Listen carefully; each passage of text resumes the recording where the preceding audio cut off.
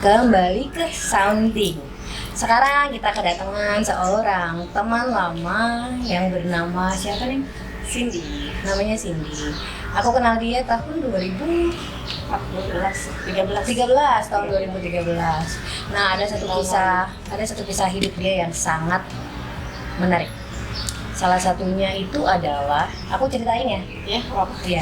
Jadi di perjalanan hidupnya dia pernah melewati fase dimana punya hubungan physical abuse sama pacarnya, Mantan pacar.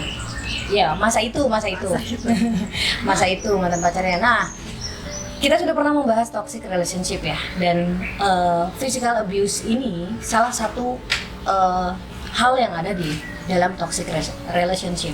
Kalau kemarin saya membahas tentang bagaimana teorinya, saya membahas bagaimana caranya menurut saya, sekarang saya hadirkan orang yang pernah mengalami gitu ya. Jadi kita akan kupas bagaimana, kenapa, dan gimana caranya dia bisa keluar. Oke, Dik. Itu berarti terjadi waktu aku kuliah semester 3 sampai semester berapa? 3 tahun, setengah tahun, 3 tahun ya. 3 tahun, setahun aman-aman aja, 2 tahun babak belur gitu. Oke, ini mungkin yang teman-teman mau tahu ya, karena kan orang-orang itu kan nggak mungkin ya hadir langsung kasar. Ya kan, pasti kan pertamanya tuh pasti baik-baik aja, baik-baik banget malah mungkin ya. Nah, kemudian apa sih pemicu pertama kali dia sampai mengeluarkan sisinya itu? Aku jelasin, awal kenal dia tuh aku justru malah kayak ngerasa ini cowok tuh nggak punya power gitu loh. Oh ya? Iya, aku ngerasa ya dia tuh bener-bener cowok lembek kayak gini gitu. Aku merasa aku yang jadi otoriter segala macam tadinya.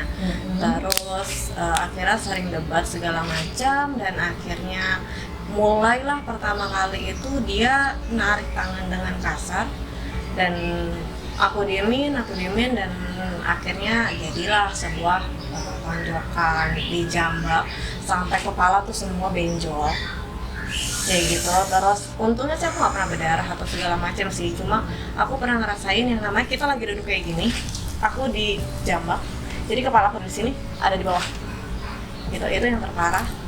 Terus Saya merinding. Terus? Pernah aku lagi jalan, dia lagi marah-marah, aku nggak mau gubris. Akhirnya aku jalan, tau dia dari belakang lari dan mau menunjuk kepala aku kayak gitu. Terus ya kayak gitu sih. Endingnya aku nangis, ya udah, dia sih merasa tidak ada masalah, langsung baik-baikin. Mau makan apa? Mau nonton di mana? Kita mau kemana? Kayak nggak melakukan apa-apa? Iya.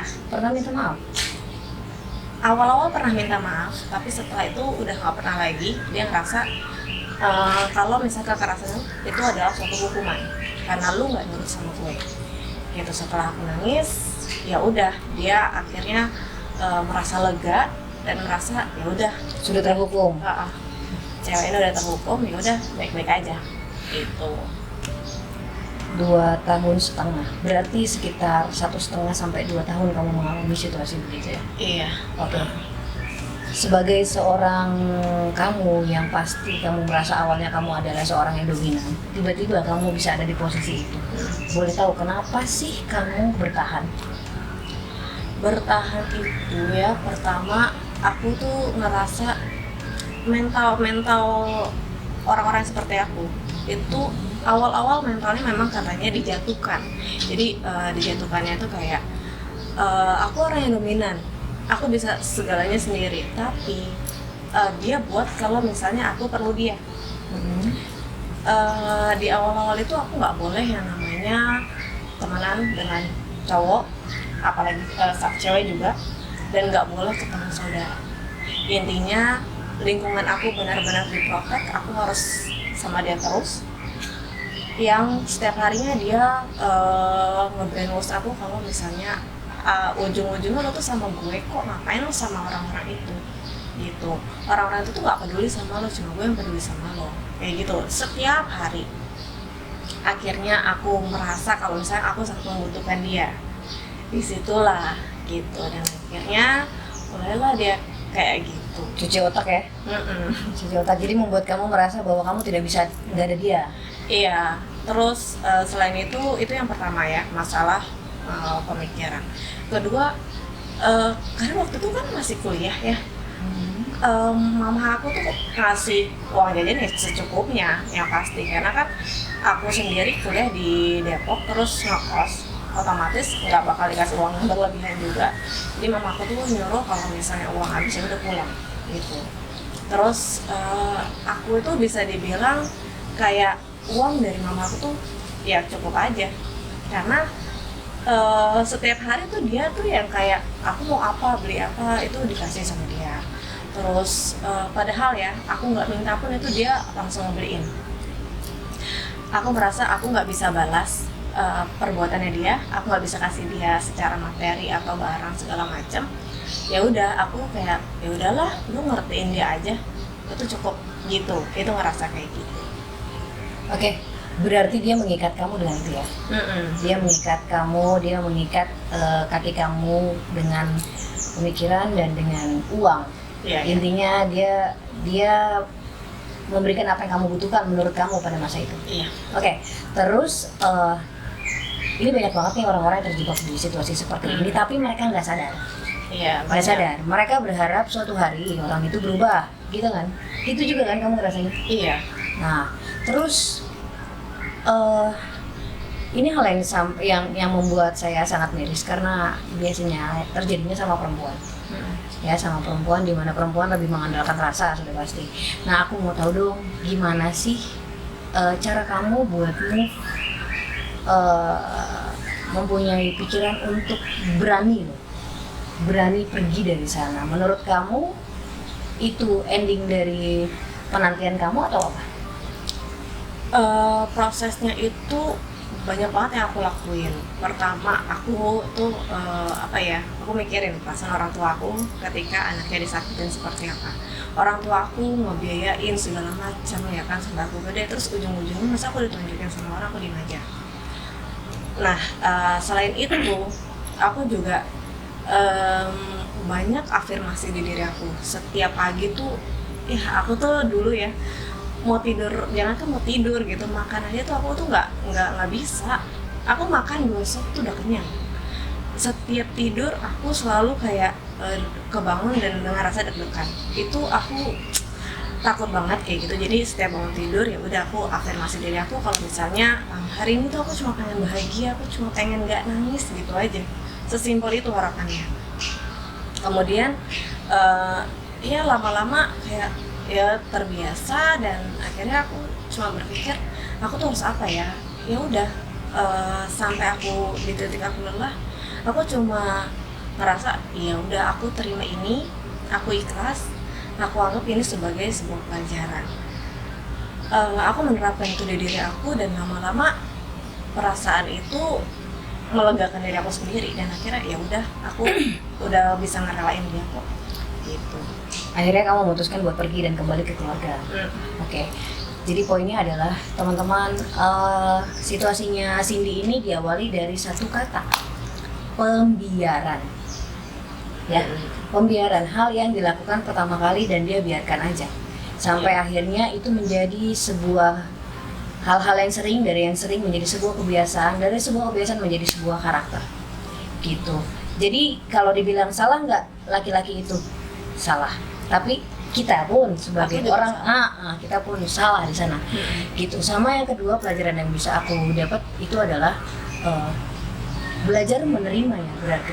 Iya, menerima. Karena ya udah terjadi juga gitu. Aku mau denial kayak apa, menyakitkan diri aku tentunya kayak gitu. Ya udah, kira aku berusaha untuk terima.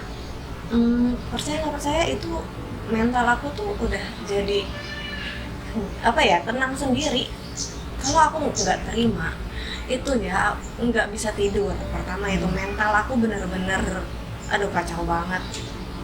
Yang namanya aku tuh sampai aku menyalahkan diri aku sendiri. Kenapa sih lu tuh selalu salah?